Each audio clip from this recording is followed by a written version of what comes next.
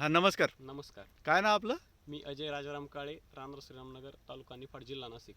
बरं, आता हा किती तारखेची छाटणी आहे ही तुमचा आणि 15 कोणता ऑक्टोबर प्लॉट आहे? 15 ऑक्टोबरची छाटणी आहे. शरद सीडलेसचा प्लॉट आहे. बरं, याला तुम्ही आता डिपिंगमध्ये वेटेज एस एस वापरलेलं होतं. हो.